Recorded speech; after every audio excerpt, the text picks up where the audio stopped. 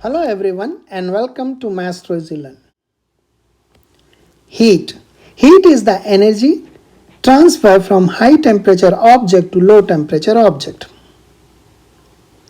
Because of this transfer of energy, there is a change in internal energy of these objects. Change in internal energy means the kinetic energy of these molecules and atoms also changes.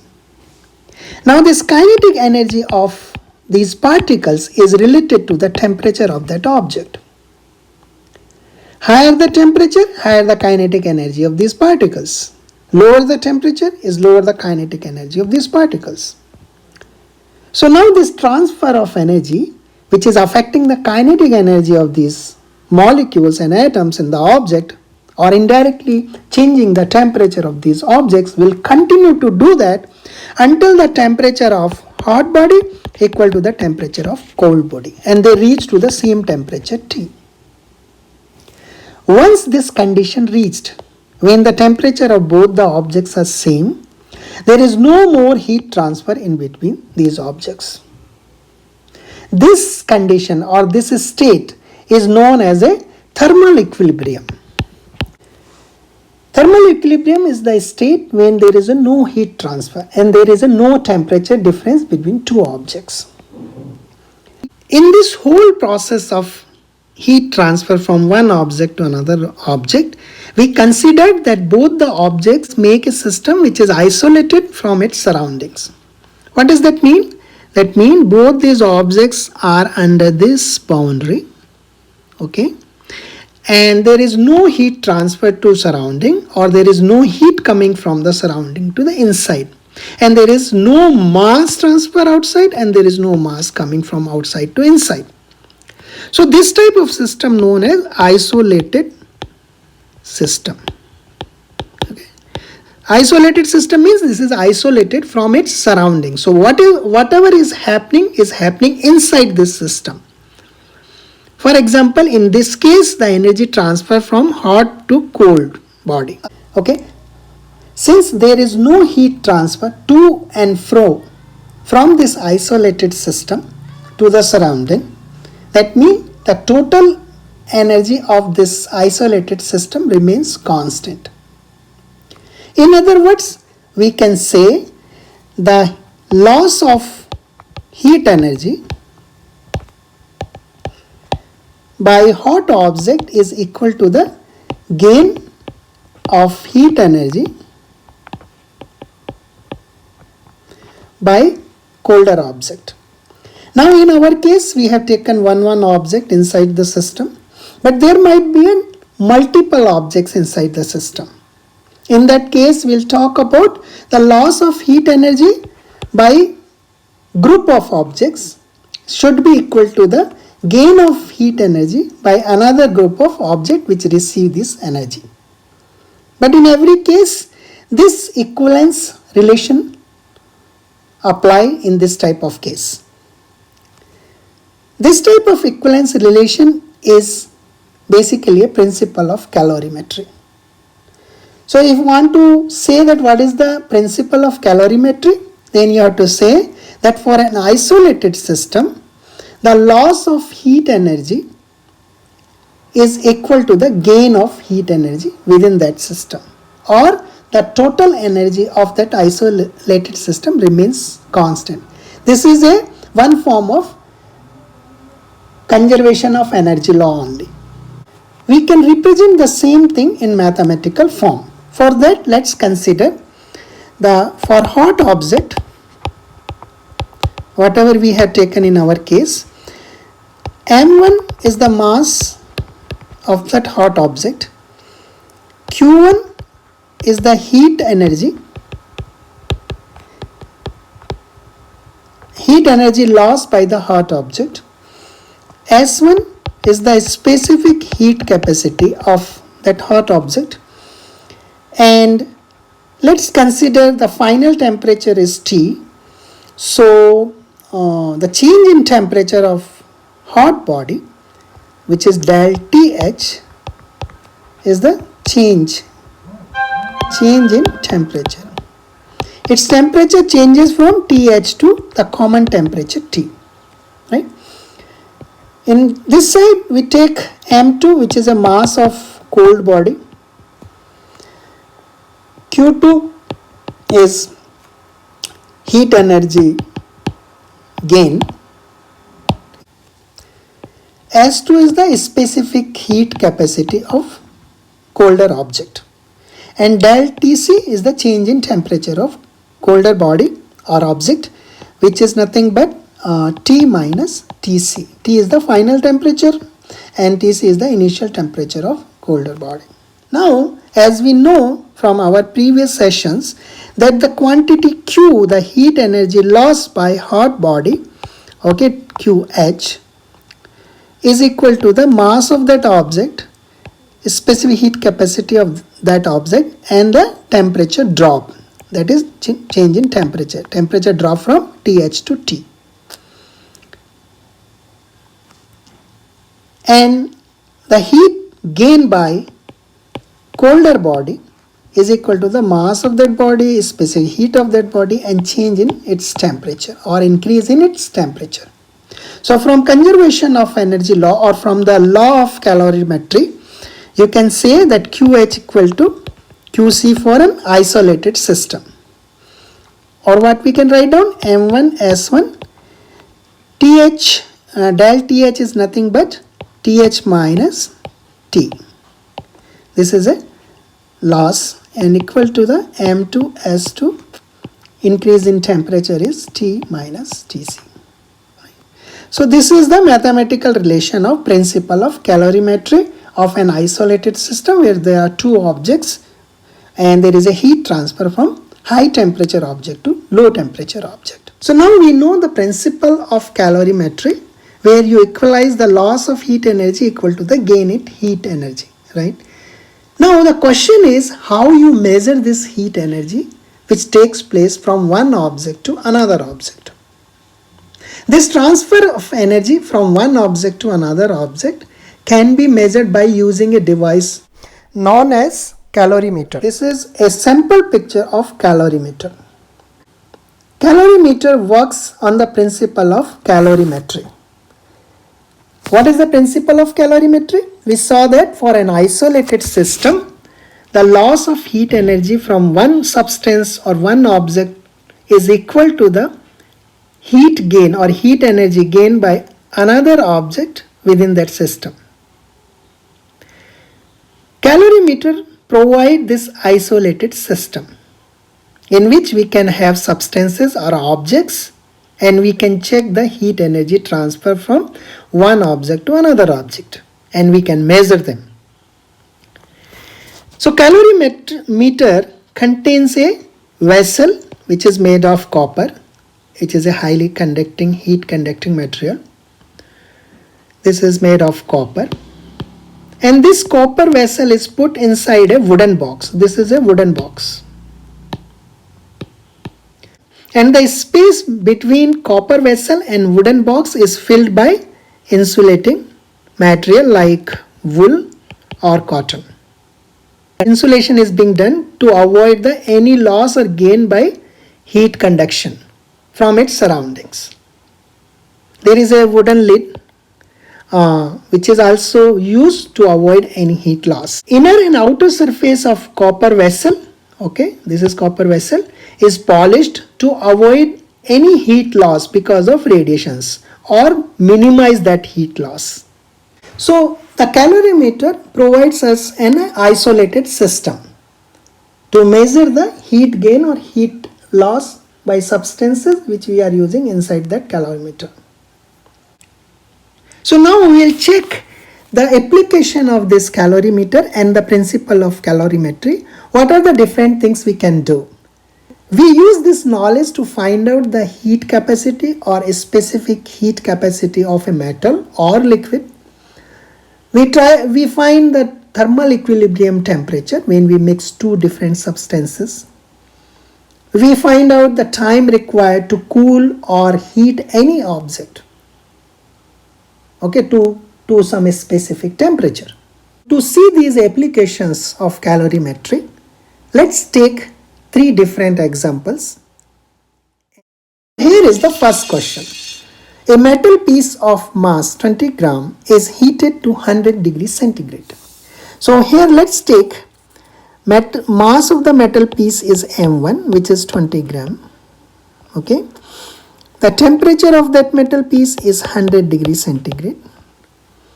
Then it is added in a calorimeter of mass 50 gram. Here the mass of calorimeter means the mass of that copper vessel. So mass of that calorimeter is 50 gram. Okay. And the specific heat capacity of that calorimeter or that copper vessel is 0.42 joules per gram per Kelvin. It contains the 50 gram of water. So there is a liquid water there. So mass of water, I can say M2 is 50 gram. And the temperature of water, which is T2, is 20 degrees centigrade. After stirring the water, the highest temperature recorded is 22 degrees centigrade. So important here, the highest temperature, which is nothing but the equilibrium temperature of this system. The system contains three things: a metal piece, this one, then the calorimeter vessel, the copper vessel, and the water. Okay. Now this highest temperature recorded will be a thermal equilibrium temperature, which is say T, and this is they have given 20 degrees centigrade, 22 degrees centigrade. Now they are asking the calculate the specific heat capacity of metal, means they are asking S1. Now we say that application of calorimeter and calorimetry we use for finding the specific heat capacity of any metal or liquid or any material. So this is the first question, we are trying to do the same thing. Okay, they also given the specific heat capacity of water, which is S2, which is 4.2 joules per gram per Kelvin. So here highest temperature is 100 degrees centigrade of metal piece. The temperature of calorimeter vessel is not given, but you have to consider that as same as a water temperature in that tank. Okay, the water temperature is T2. So here the calorimeter vessel temperature is also 20 degrees centigrade. So now you see this is on higher temperature, and both of these calorimeter vessel and the water is at 20 degrees centigrade. So when you mix these things, like when you put this metal piece into water in that calorimeter, what will happen? Heat will loss from high temperature metal piece to your water and the vessel, right? So heat loss, let's find out heat loss by metal. So we can say heat loss by metal is equal to M1 S1 delta T. So now here the final temperature is 22 degrees centigrade. So change in temperature will be 100 minus 22, right? And this will become 20 gram multiplied by S1, which we have to measure, and this will become 78, right? So this is heat loss. Now heat gain by calorimeter vessel. So heat gain. Now this part will take care of heat gain. Okay. Heat gain by vessel. This will be equal to Q1 heat gain 1 or vessel equal to MC SC delta TC, the delta TC. So that will become T minus, because here the temperature of vessel increases, so this is 22 minus 20, and this becomes 50 multiplied by 0.42 multiplied by 2. Okay. Now heat gain by water, will be equal to mass of water M2 S2 and then del T2, right?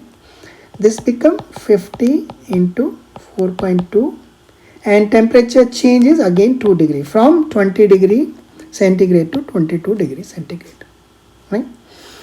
So if we simplify it, this will become 42 joules, and the heat gain by, or heat energy gain by water will be, if you solve this become 420 joules.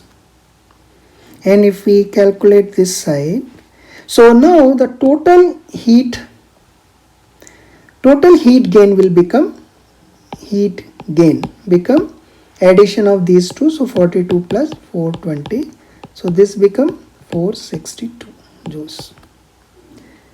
Now this heat gain should be equal to the heat loss, right, as per the principle of calorimetry, right? So this I can write down 20 S1 into 78 equal to 462, or in other words we can say S1 equal to 462 divided by 20 into 78. This become approximate 0.3 joules per gram per Kelvin. So that means the specific heat capacity of metal is 0.3 joules per gram per Kelvin, and that is what answer. So that way we can find out, using this calorimeter and principle of calorimetry, we can find out the specific heat capacity or heat capacity. Now let's take example number 2. In this case we are trying to find out the final equilibrium temperature of the mixture. Okay, so let's see what are the information has been given here. So 45 gram of water at 50 degrees centigrade in a beaker is cooled when 50 gram of copper at 18 degrees centigrade is added to it. So we have liquid. So let's take the mass of the liquid is M1, which is 45 gram. Okay. Temperature of the liquid is T1 50 degrees centigrade. Then in a beaker is cooled when 50 gram of copper. Now we have taken the copper. So this is your water. Then copper. Mass of the copper is M2, which is 50 gram. And temperature of copper is T2, which is 18 degree centigrade. The contents are stirred till a final constant temperature is reached. That final constant temperature, they are talking about the equilibrium temperature. Now calculate this temperature. So let's think, or let's assume the final temperature is T. Okay, which is nothing but the equilibrium temperature of that mixer. The specific heat capacity of copper they have given as to equal to 0.4 joules per gram Kelvin, and the specific heat capacity of water, which is S1, they are given 4.2 joules per gram Kelvin. Okay, so we have to find out the temperature. Now this is very simple. We just need to use the principle of calorimetry, that is the heat loss by water should be equal to the heat gain by copper. So heat loss by water, because why heat loss by water? Because the water temperature is higher than the temperature of copper. Okay, so heat loss will be given by M1 S1 and delta T. Delta T is here nothing but because the temperature of water is dropping, so it will be T1 minus T. Okay, and we can write down this 45 multiplied by 4.2. Temperature change is 50 minus T. And here heat gain by copper, right? This will be heat gain. It will be equal to M2S2, and delta T here, temperature of copper will increase because copper is receiving the heat energy, so that will become T minus T2. Higher temperature, final temperature minus initial temperature. So this we can write down 50 into 0.4, and this can be written as T minus 18. Okay, now from the principle of calorimetry, we can say heat loss equal to heat gain. So that means QL equal to QZ, or we can write down here 45 4.2 50 minus T equal to 50 into 0.4 T minus 18. So this is our equation. So now we have to solve this equation for unknown quantity T, which is nothing but the final temperature of that solution. 45 multiplied by 4.2, so 90, 180, 189. So this become 189, 50 minus T as it is, then equal to, and this become 20, T minus 18. Okay, yeah, now you can open these brackets and you can multiply 189 into 50 minus 189 T equal to 20T minus 18 into 20.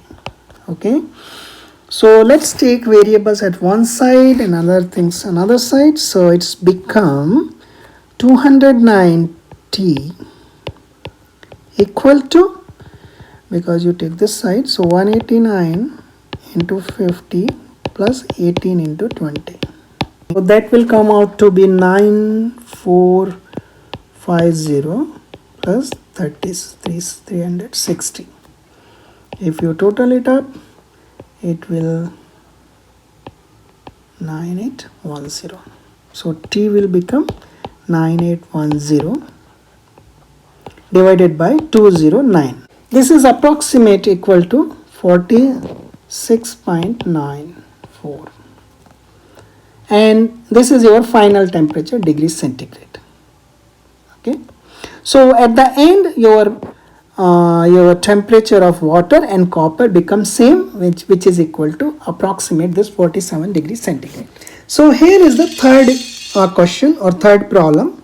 In this we are trying to find out how much time it takes to an object to cool down when you are removing heat energies with some specific rate from that object. Let's see what the problem is. So 1 kilogram of lemon squash at 35 degrees centigrade is placed in a refrigerator, which can remove heat an average rate of 30 joules per second. So what does that mean? That means there is a squash, lemon squash. So let's take the mass of that is here 1 kilogram. Okay, and the temperature of a squash is 35 degrees centigrade.